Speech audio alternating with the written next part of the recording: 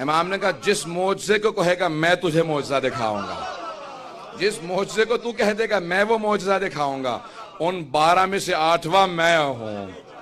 ایک مرتبہ اس نے گواہی دی کہ میں گواہی دیتا ہوں اگر روئے زمین پہ کوئی حجت خدا ہے تو وہ یہی علی بن موسیٰ رضا ہے۔ ایک مرتبہ مامون فوراً اٹھا کہ بہت ہو گیا، میں اپنے ولیعہد کی توہین برداشت نہیں کروں گا۔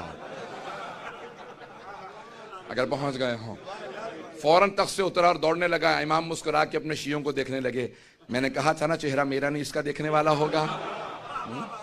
اس سے برداشت نہیں ہو رہا کہ میں تمام لوگوں کو ان کی زبان میں جواب دے رہا ہوں۔ امام نے ہر انسان کو، ہر دین کے ماننے والے کو، ہربز کو، ہر ایک کو جواب دیا۔ جب ان کو ان کی کتابوں سے جواب دیے، سب نے ایک مرتبہ پورے کے پورے دربار میں لبیک کی صدائیں بلند کرنا شروع کر دیں۔ ہر آدمی آگے بڑھتا کہا ہم گواہی دیتے ہیں کہ آپ سے زیادہ قابل کوئی نہیں ہے، آپ سے بڑا عالم کوئی نہیں۔ اس لیے امام کے القاب میں ایک لقب ہے عالم آل محمد، کہ تمام کے تمام دشمنوں نے اقرار کیا کہ علم ہے تو آل محمد کے پاس ہے۔ جتنے ادیان عالم تھے، حتیٰ جتنے فرق و مذاہب تھے، سب کے سب امام کی بارگاہ میں آئے۔ جب سوالات کرتے تھے امام قرآن سے جواب دیتے تھے۔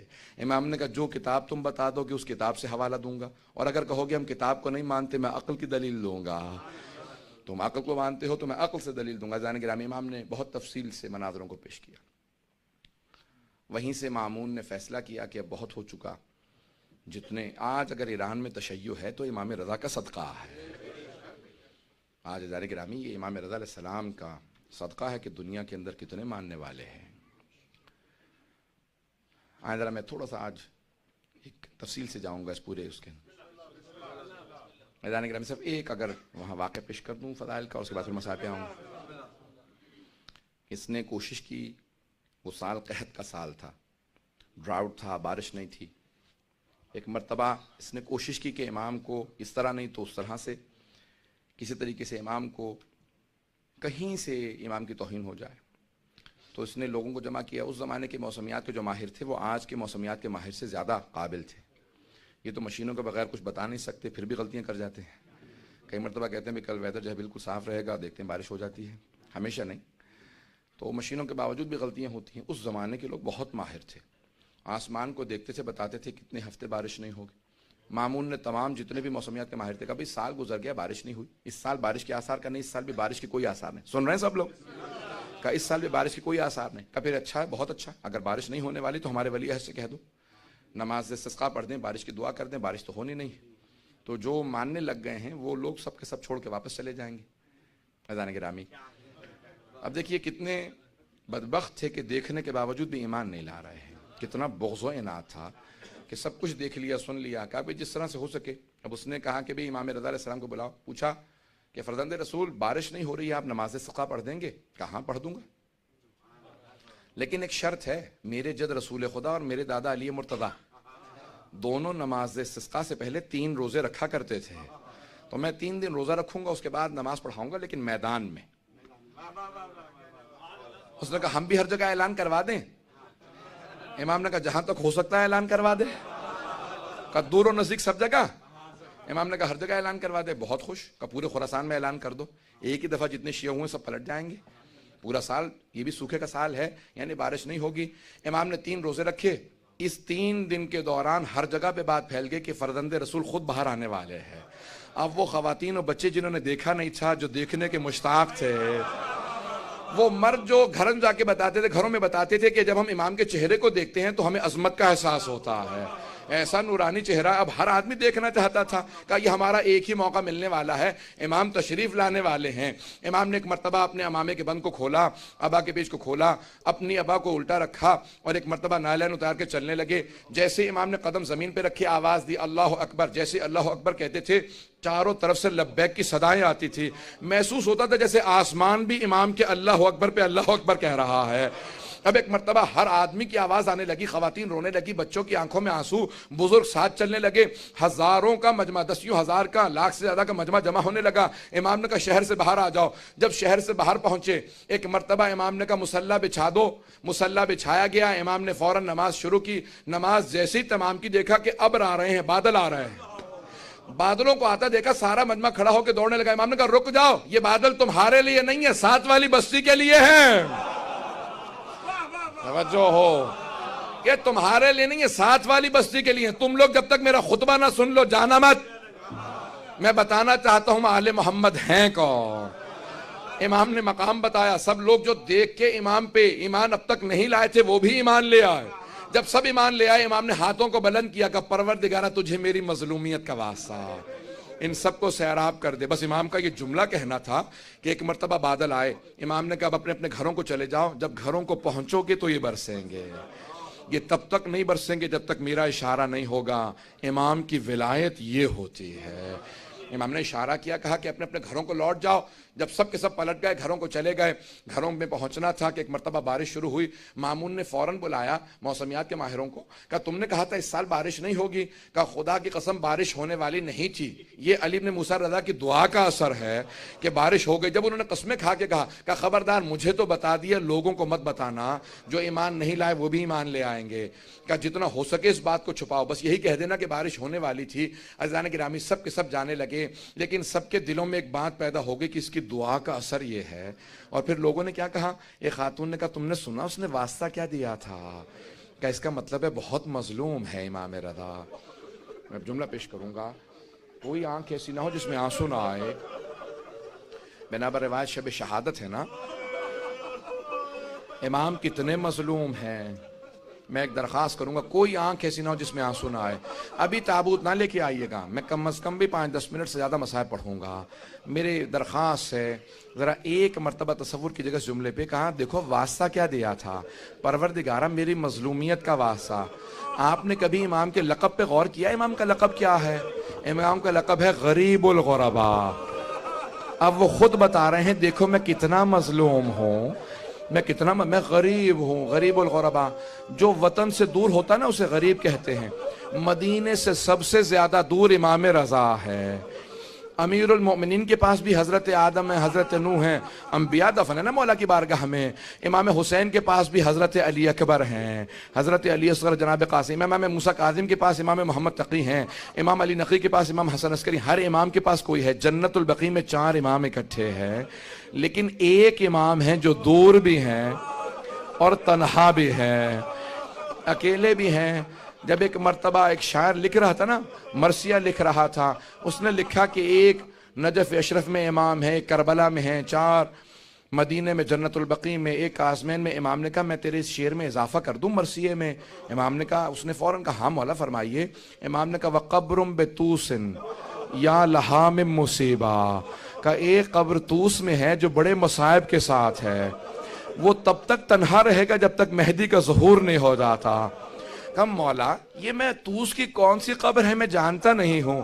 امام نے کہا یہ بھی بنی نہیں ہے، وہاں میرا روضہ ہوگا، وہاں میرا روضہ ہوگا. میں آپ سے روک کے ایک درخواست کروں گا اگر سب مجھے دیکھ سکیں. میں ایک جملے کو پیش کرنا چاہتا ہوں. تقریباً 20 برس پہلے میں امام کی شہادت پہ ان کے روضے میں گیا زیارت کے لیے. جب میں قم مقدس میں پڑھتا تھا تو میں جب گیا وہاں پہ تو مختلف تابوت لائے جا رہے تھے امام کے حرم میں. ایک ایسا تابوت لایا گیا جس پہ انگور تھے اور خواتین نے برقعوں میں تابوت کو پکڑ رکھا تھا. کچھ مرد حفاظت کے لیے تھے. اس پہ اتنی رقت تھی کہ میری کیفیت بدل گئی، میں منقلب سا ہو گیا. میں آگے بڑھ کے مردوں سے پوچھنے لگا یہ خواتین تابوت کیوں لائی ہیں؟ کہا آپ سید ہیں، آپ نے یہ روایت نہیں دیکھی؟ ایک ایسی روایت ہے نا امام کا تابوت خواتین نے اٹھایا تھا. بھئی امام کے سارے بھائی مدینے میں، ایک بیٹا مدینے میں. کہ امام سے زیادہ مظلومیت کسی کی نہیں. جو شیعہ خواتین تھی وہ ایک مرتبہ تابوت لے کے چلی. میں آج پیش کروں گا، سنیں گے. اب اگر الفاظ کو سنیں. مأمون نے ایک مرتبہ امام کو دعوت دی اپنے محل میں. جب امام جانے لگے تھے نا تو خواجہ ابا سلط ہروی بیٹھے تھے قریب میں.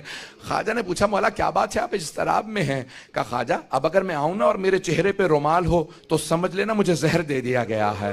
میں اگر خون کی قے کر رہا ہوں گا تو رومال رکھ کے آؤں گا، مجھ سے کلام نہ کرنا. اس وقت میرے سینے میں بہت تکلیف ہوگی، میرا کلیجہ کٹ رہا ہوگا.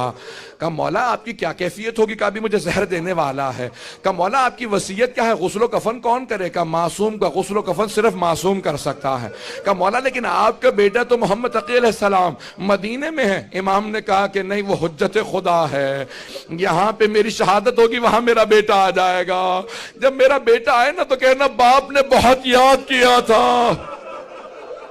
خواجہ ابا سلط ہروی رونے لگے، آنکھوں میں آنسو آئے، کہا مولا آپ کے صاحبزادے آئیں گے؟ کہا میرا بیٹا آئے گا، اسے میرا سلام کہہ دینا، کہنا باپ نے بہت یاد کیا۔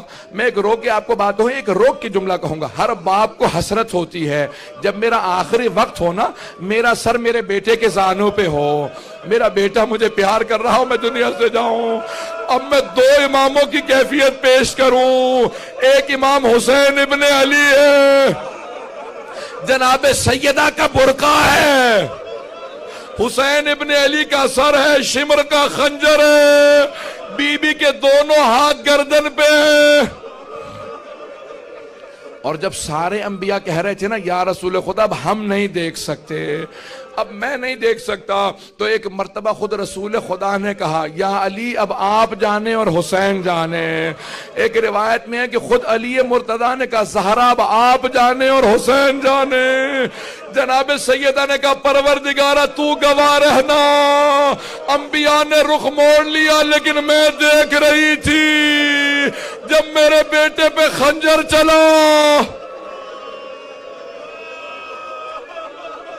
اجرکم اللہ، اجرکم اللہ۔ بس بھئی دو امام ایسے ہیں جن کی کیفیت بڑی عجیب و غریب ہے۔ اجرکم اللہ۔ بس بھئی امام گئے، مامون نے امام کو زہر دیا، امام نے کہا کہ باز آ جا، اپنے لیے جہنم نہ خرید، میں حجت وقت ہوں۔